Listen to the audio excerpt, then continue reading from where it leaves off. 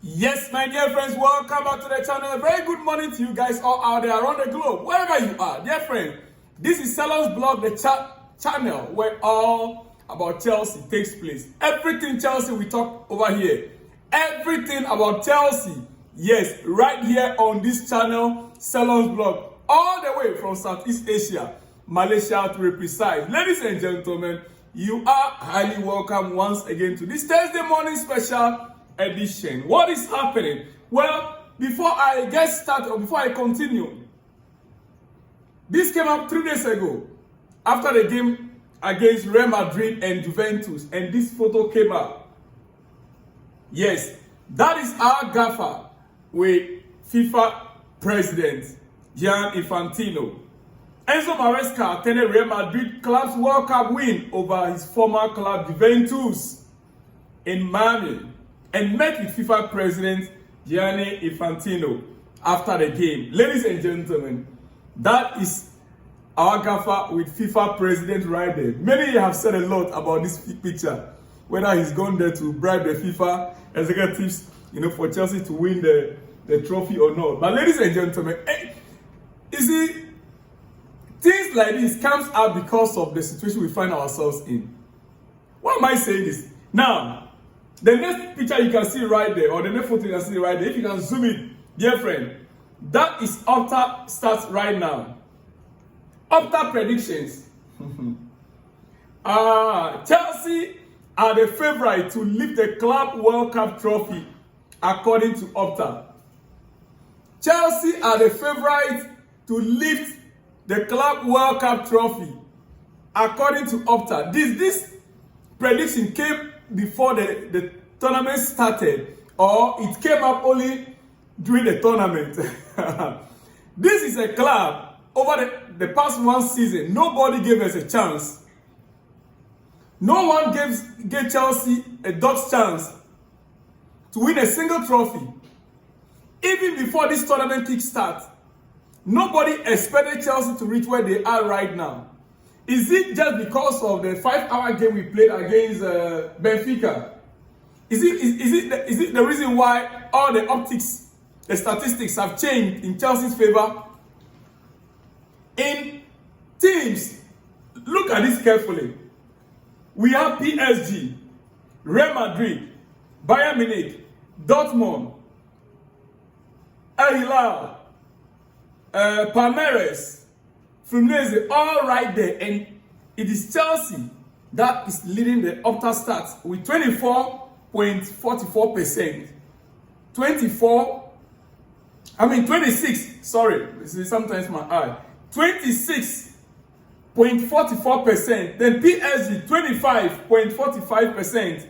Real Madrid are even far below, 16.59%.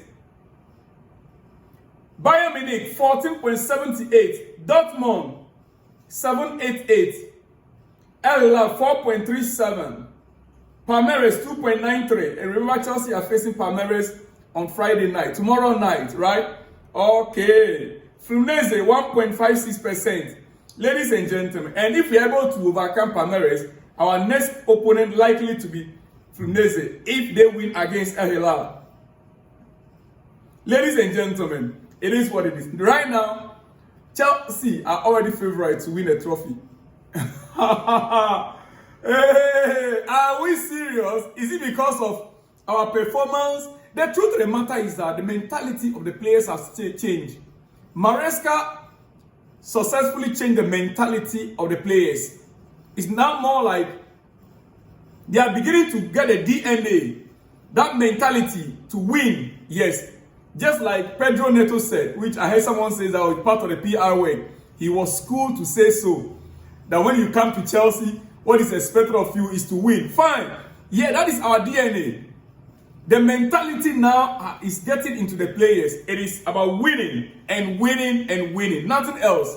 Ladies and gentlemen, so the OPTA is now in Chelsea's favor. Chelsea are now touted a favorite to win this Club World Cup. We need to first of all overcome Palmeiras on Friday night, stroke Saturday morning. We that are in Asia, we are going to be watching it in the morning, Saturday morning, 9 a.m. You are in Dubai, UAE. You'll be watching it around 4 a.m. Yeah.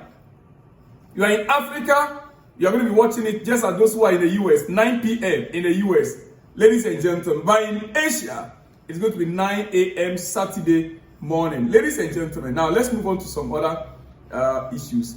João Pedro officially signed in as Chelsea player and had his first training yesterday with the squad. He had his first training yesterday with the squad, and ladies and gentlemen, his squad number is out. Number 20.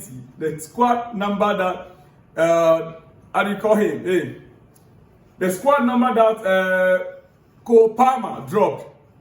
The squad number that was dropped by Cole Palmer is what has been given, or João Pedro has picked up. Squad number 20. As you can see the jersey there, João Pedro with the number 20 jersey. Now, let's move on to some other important issues on my menu this morning. My menu is very heavy, but I will soon be leaving you. There will be that question labeled to the directors of Chelsea. There will be a question that will be labeled to the directors of Chelsea. And honest. Question to the owners and the directors that, okay, fine, you are willing to spend so much on players like Gittins to secure his service, willing to spend so much on João Pedro to secure his service, but yet when it comes to goalkeeping, you said no, you are not willing. When it comes to goalkeeping, Robert Sanchez, you guys claim that he's still the number one. Does it make sense? It's a question I'm asking the directors and the owners.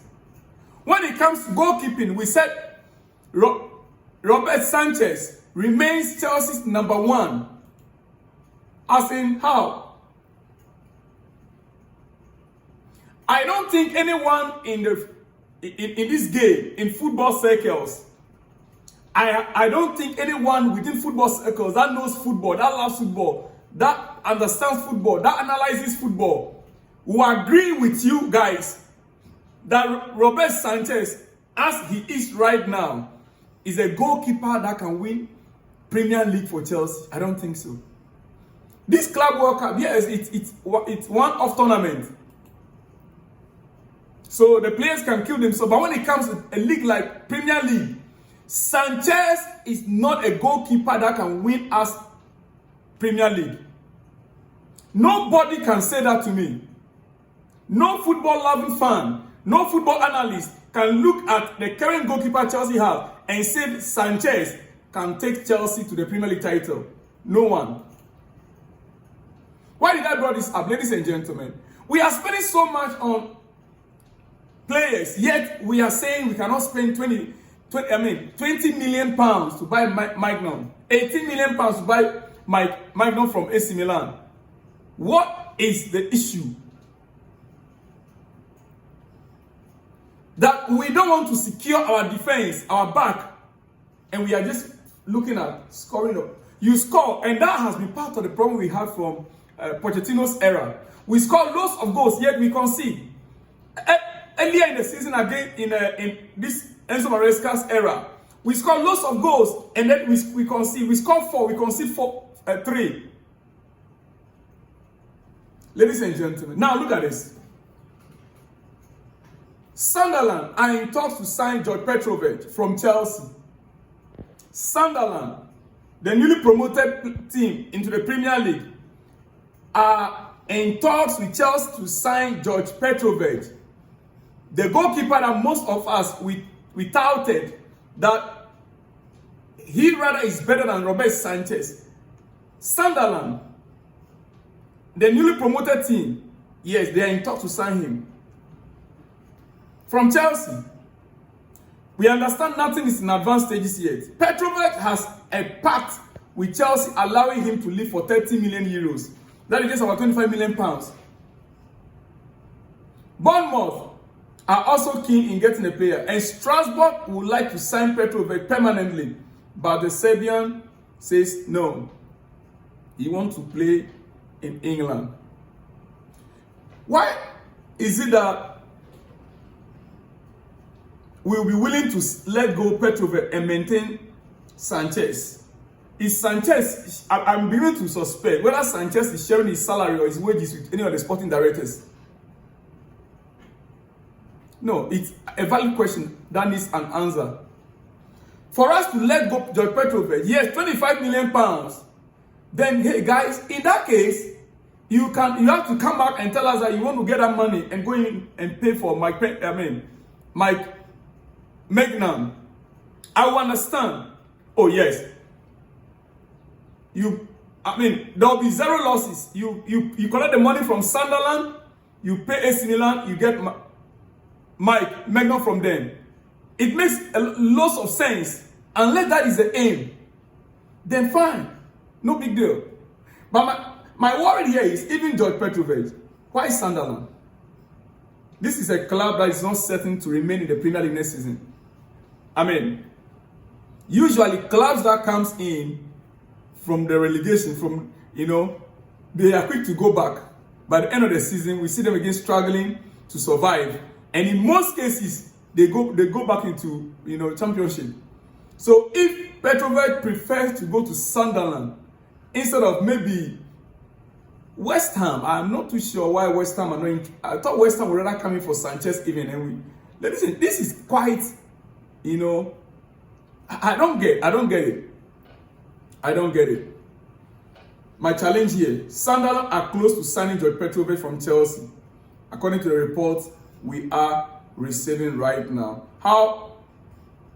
Maybe Chelsea want to sell him and go in again. After all, the summer transfer window is still on until early part of August, right? Yeah. So maybe Chelsea will go back for Mike Magnum. We wait to see. Ladies and gentlemen, quickly, let me say this. Let me run up here. Like I told you, it's a heavy breakfast. So let me just run up here quickly.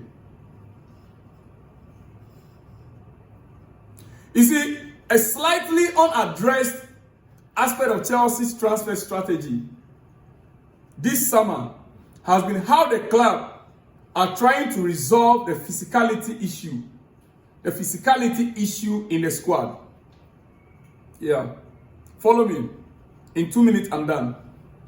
It's something that Maresca discussed a couple of times last season, even in the media. Chelsea did not have enough players to compete on a physical level against teams that are strong in this regard. With Delap and Pedro coming in right now, Chelsea have more physical options up front relative to Cole Palmer and, let me say, Jackson. We know Delap, physicality, he's there. He acts like Diego Costa in those times. Pedro is equally stronger than Cole Palmer, as we can think of. Right?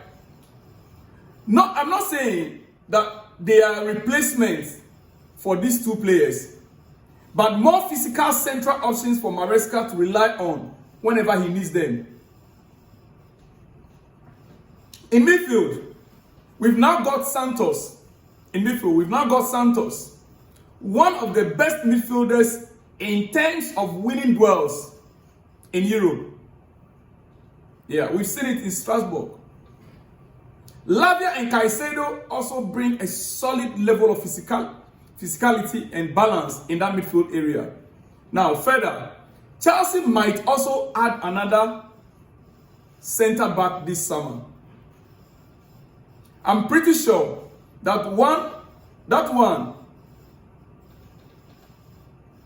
will be very strong in terms of physicality compared to the ones that we have right now. You could even classify Sarr as such a centre-back who has already been brought from Strasbourg and with the squad currently. Although it might not be the level of, let's say, Arsenal in defense, I think that's fine. For me, it's fine.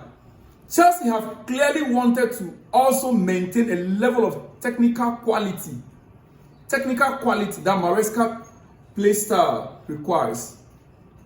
Ladies and gentlemen, overall, overall, Chelsea are in a better or are in much better position right now in this aspect compared to last season. Ladies and gentlemen, that is my take and my breakfast for you this morning. Enjoy your day. I'll see you guys all in the next one when you see me. Shalom and peace.